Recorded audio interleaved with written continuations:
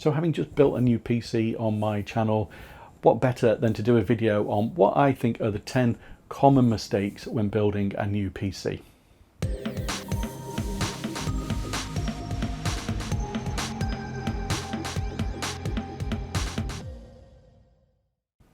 Hey everyone, and welcome to a new video on Bite of Geek. Today I'm going to be going through 10 common mistakes, whether you're kind of building a new PC or you are upgrading one. These are just easily things that are made. You kind of forget about these things when you do them sometimes, and certainly if you've watched my video where I built into a mini ITX system on the channel recently, you'll have seen that I'll have done one or two of these things from this list. So let's get straight to number one. So the first one for me is overspending on components. So what do I mean about that? Well, basically, buying super expensive components for more than what your actual needs are.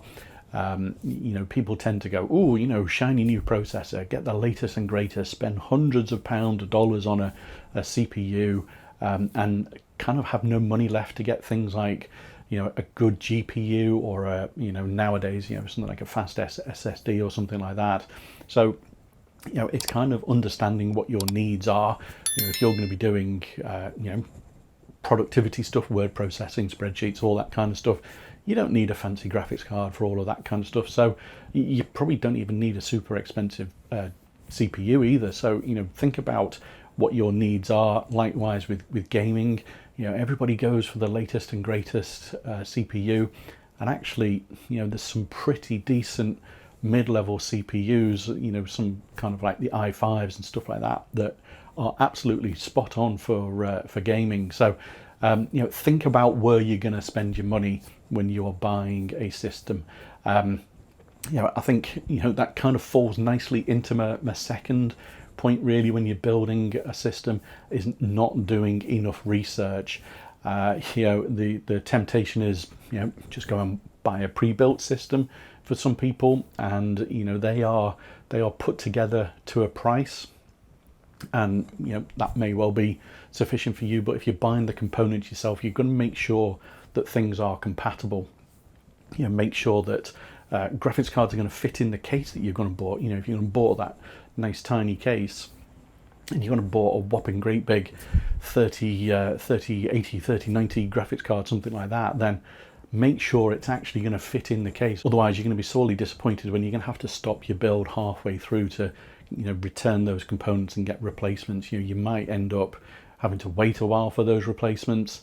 And kind of you could end up with the stuff that you're going to bought falls out of a return window and stuff like that. So just do a little bit of research on that. There are various websites where you can kind of go and pre-build a system, pick your components, and it'll tell you whether there are compatible components there or not. So really kind of like do your research beforehand. Now, once you've got everything together, well, you'll have seen these various components. Most of them will arrive in anti-static bags, and they arrive in those protective packages for a reason. If you are somebody who, like a lot of homes, you've got a carpeted floor, something like that, and depending upon what footwear you've got on at the time, you can be generating a lot of static. So, when you're taking these components out of the bag, in days gone by, people used to use anti-static wrist straps and things like that. But as a home user, you tend to just take the stuff out of the bag and throw it all in the motherboard. One thing you can do is kind of try and ground yourself on the case that you've got. So the bare metal components inside the case or something like that. Think about the footwear that you've got and what you're building. What you're standing on when you're building your new system. The damage that you could potentially do is not something you might notice straight away. Some people have been lucky. I've never had an issue with regards to that. Some people swear by wearing the anti-static wristbands, and others just chance it. I generally go for the grounding on the case. So it's just something to be aware of when you're building that new system. So my fourth item on the list is installing your CPU incorrectly. Now, there's two bits to this, really. I guess the first one is making sure you're buying the right CPU for the motherboard. Obviously don't try and get you know, an Intel CPU into an AMD socket motherboard, though, you know, it isn't going to work. You know, but also, you know, CPUs have changed. You know, both manufacturers have moved away from a pin layout on the CPU. So, you know, make sure that you're getting the right socket type for the motherboard that you've got. When you've got your CPU, make sure you're putting it in as described in the instruction manual. CPUs will have a little triangle in the corner of them to indicate where you need to match that up with a certain position on the socket on the motherboard, and it's important that you do that. You know, and you don't try and kind of like, you know, ram the thing in. You know, if you've got a slightly bent pin on it or something like that, just don't even attempt to do it. Get the thing returned, you know, if it's arrived like that. But yeah, you know, really just kind of make sure you're taking enough care when you're installing that CPU, and just pull the lever down, and you know, you should be fine. You know, I've never had a problem installing a CPU on a motherboard just by following the instructions. You know, you rush into these things, and that's where you get problems. So the fifth item on the list is one that probably a lot of people don't really consider, and that is the little standoffs that you've got, you know, that you screw into your case. Some cases already have them pre-fitted. You know, depending upon how much you've spent on your cases, whether you're going to get them pre-fitted or not. But you know, if you've got to go and fit those to the case, make sure you line them up properly with where the holes are for your motherboard. You know, if you buy an ATX case, generally you'll be able to fit different size motherboards in that case. So, you know, absolutely, you need to make sure that, you know, those standoffs are under the holes that you've got, and they're not going to touch any other point on the motherboard.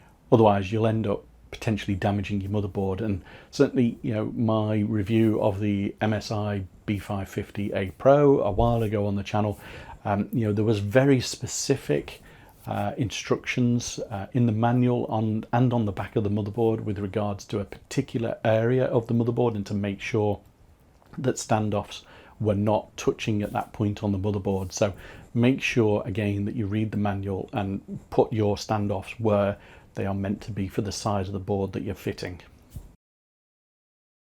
Now this next one, well, again, it depends upon how much you're spending on your motherboard. I guess, you know, if you're going for something really expensive, you know, £200-300 mark, something like that, and you've got a pre-fitted IO shield on it, this isn't really going to be a problem for you.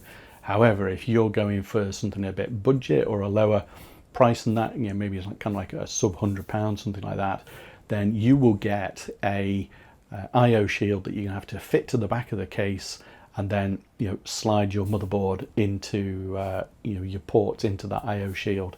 And it is so easily done that as you do that, these the cutouts in the IO shield have little grounding pins, as it were. You know, they're just like little pieces of metal either side of where the cutouts are, and you know, you just got to make sure that you don't get those in the socket. And it's so easily done. And as soon as you go and power up, maybe you go and plug something in, boom, you know, you've got a problem there. So number 7 on the list is thermal compound, thermal paste, you know, and really applying the right amount to that to your CPU. So you know, generally, you know, you see instructions and it kind of like says, you know, a pea-sized amount. You see videos on YouTube where people do, you know, lines and crosses and stuff like that. People spread it out and all that kind of stuff.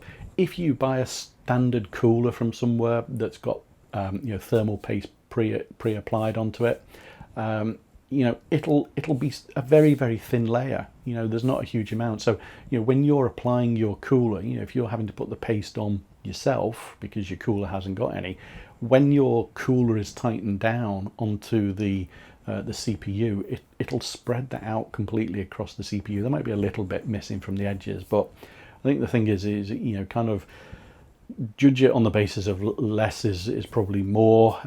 You know, when you've got your system up and running, check the temperatures with something, you know, like HW monitor, something like that. See what it's like. If it's too high, then you know, you will have to reapply the thermal paste. There's lots of videos, lots of really good videos. You know, I think Gamers Nexus has got a good video about thermal paste, so you know, certainly go and have a look at that channel for that one. But yeah, you know, try not to splurge all of that thermal paste on there. I mean, it's expensive stuff anyway, so you want to be a little bit conservative in the amount that you apply. So my next item on the list, and this is very much related to the previous one, if you have bought a cooler, CPU cooler, and it has got thermal paste pre-applied to it, it's almost 100% guaranteed it's going to have some kind of plastic screen across that that thermal paste. So make sure you remove that before fitting that cooler. You're not going to have effective, if any, cooling on your CPU if you fit that, and that is between your CPU and the actual thermal compound. So double check and remove that before you actually fit it on top of your CPU. So number 9 on the list, and this one probably best relates to if you're doing an upgrade of your system, and that is the temptation to go and use your boot drive from your kind of like your previous system, as it were. Just forget it. Just do a fresh install on another drive into your system. You will save yourself so much hassle. Yes, Windows is an awful lot better nowadays for being able to move those drives across. It'll detect a lot of things, but it isn't perfect. There are going to be certain things to do with drivers that just won't work properly. Certainly if you're going between AMD and Intel systems, that's where you're really going to get the hassles. You'll have so much rubbish on your system that it's not going to perform to the best compared to if you did a fresh install. So just don't chance it. Just do a fresh install and save yourself an awful lot of heartache there with that. And finally, again, when you've got your system up and running, you've got your new RAM that you're going to put in on your motherboard. So this is a bit of a double one, this one. Make sure you put in the RAM in the correct slots. So if you've got a motherboard like a mini ITX motherboard, for example, it's only got 2 slots, and you've got 2 sticks of RAM, then you just put them into the 2 slots that you've got. If you've got an ATX board that's got 4 slots, then generally you don't put the RAM in the first and the next slot. This is all to do with dual channel memory and all that kind of stuff. So definitely read your manual, the instructions in your manual. It will tell you what slots to put the memory in if you've only got 2 sticks of RAM and you've got 4 slots, and it'll tell you which are the numbers of those slots as well, because it's not necessarily a straight 1, 2, 3, 4. So make sure you double check on that. You will get some additional performance by doing it right. So when you've got your system up and running and you've gone into the BIOS, make sure you go and select the right XMP profile for your RAM as well. Kind of like by default, it's going to kind of sit at the lowest possible speed. It's default guaranteed to work at speed. But the XMP profiles will generally boost that up quite a bit. So some of the RAM that I put in my new system, by default it starts off at 2400 megahertz, but by having XMP profile selected, then it goes up to 3200 megahertz. So quite a boost there in the performance. So make sure you select the appropriate profile there in your BIOS for your RAM. So there you go, they are my 10 tips for when you're building your new PC. Certainly I fell foul of a couple of those when doing my mini ITX build, but what do you guys think? Let me know down below in the comments. Is there anything there that I've missed that it would be good to share with everybody else? Drop those in the comments as well. Disagree with anything that I've put on there? Let me know in the comments. If you've enjoyed the video, then don't forget to hit that like button and subscribe to the channel. But as always, thanks for watching, and I'll see you in the next video. Bye for now.